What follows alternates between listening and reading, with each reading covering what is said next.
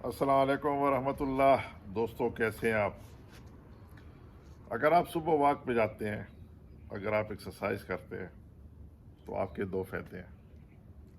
پہلا فائدہ یہ کہ آپ کی صحت صحیح رہتی ہے، آپ ریفریش ہوتے ہیں، آپ کو آکسیجن ملتی ہے، کاربن ڈائی آکسائڈ آپ ایکزیل کر رہے ہوتے ہیں، آپ موٹیویٹڈ ہوتے ہیں اور آپ کی گھریلو اور دوستانہ تعلقات ارد گرد کے ماحول میں مناسب رہتے ہیں۔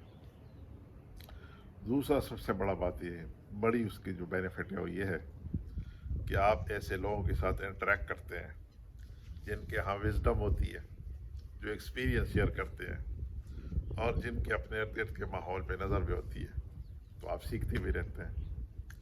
میرا خیال ہے کہ میں بھی ان خوش قسمت لوگوں میں ہوں کہ مجھے ایسا ماحول میسر ہے کہ جب اس طرح کے دوستوں کے ساتھ مجھے انٹریکشن ہوتی ہے اور میں ان سے سیکھتا ہوں اور اسے ٹرانسلیٹ کر کے آپ لوگوں کے ساتھ شیئر کرتا ہوں۔ مقصد صرف یہ ہے کہ ہم اپنی زندگی میں خوشی کیسے لائیں، سکون کیسے لا سکیں، اور جس کو آپ کہتے ہیں نا ٹرو پلیئر، وہ کیسے آئے۔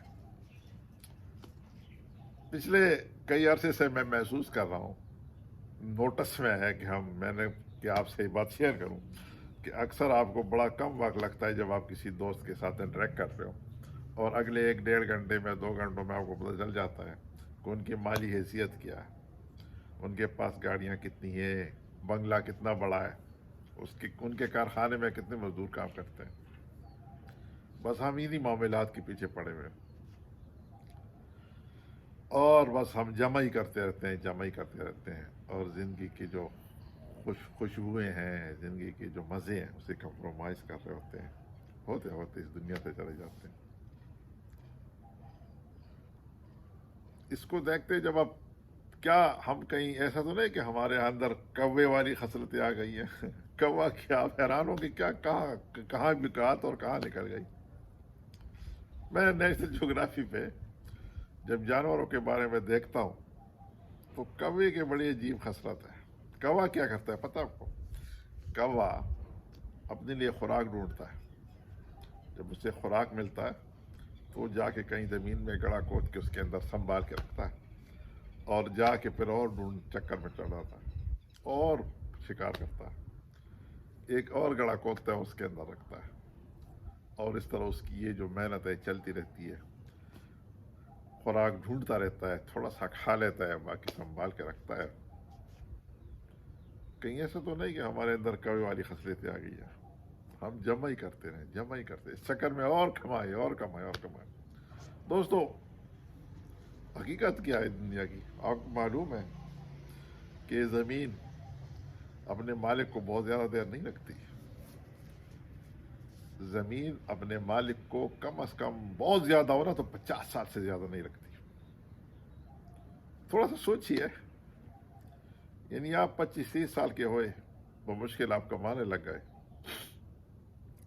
اگر آپ صاحب جائیداد فیملی سے ہیں تو آپ کو وراثت مل گئی، اور اگر آپ بہت ڈائنامک اور سیلف میڈ پرسنالٹی ہے تو آپ اپنے لیے پلاٹ خریدا، کوئی مکان خریدی، کوئی 7 پلاٹ، کوئی اور پلاٹ، کوئی دوسرا پلاٹ، کوئی تیسرا پلاٹ۔ ہوتے ہوتے اگلے 50 سال میں یا تو زمین نے آپ کو اپنی طرف بلایا، اور یا آپ 80 85 90 سال کے ہیں تو آپ کسی کام کے نہیں ہیں۔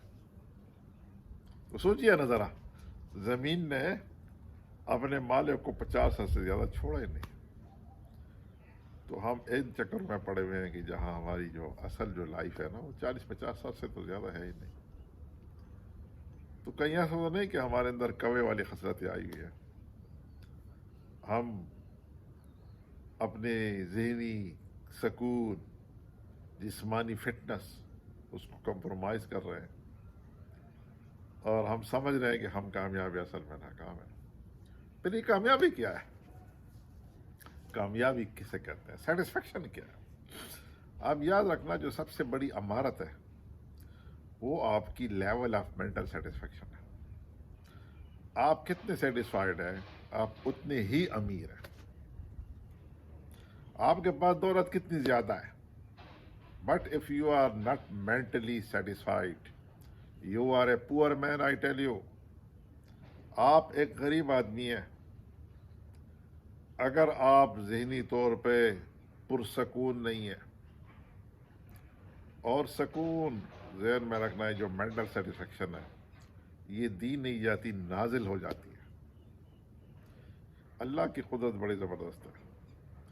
وہ جب ڈیسائیڈ کرتا ہے اللہ کہ یہ بندہ مخلوق کا خیال رکھتا ہے، تو وہاں پہ وہ سیٹسفیکشن نازل کر رہا ہوتا ہے۔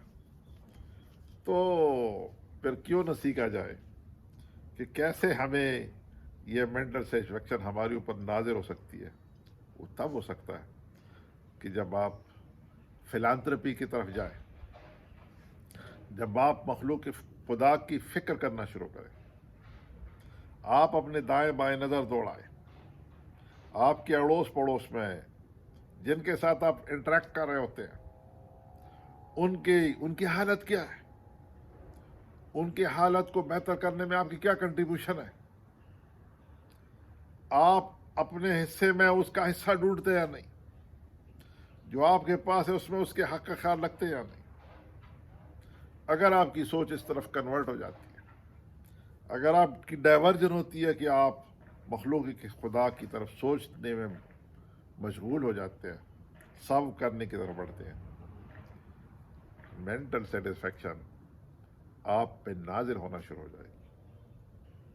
تو آج کی ڈسکشن کے 2 لرننگ: نمبر 1، ہم نے کوے کی خسرتوں کو چھوڑ کے صرف جمع نہیں کرنا، انویسٹمنٹ کرنی ہے۔ انویسٹمنٹ کیا؟ نمبر 1، اپنی اولاد کی اچھی فکر کرنی ہے، ان کی تربیت اچھی کرنی ہے۔ اور نمبر 2، اپنے اڑوس پڑوس کا، اپنے ارد گرد کے ماحول کا خیال رکھنا ہے۔ خوشی آپ کی طرف اتری گی انشاءاللہ۔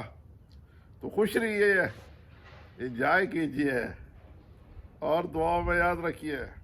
السلام علیکم ورحمۃ اللہ وبرکاتہ۔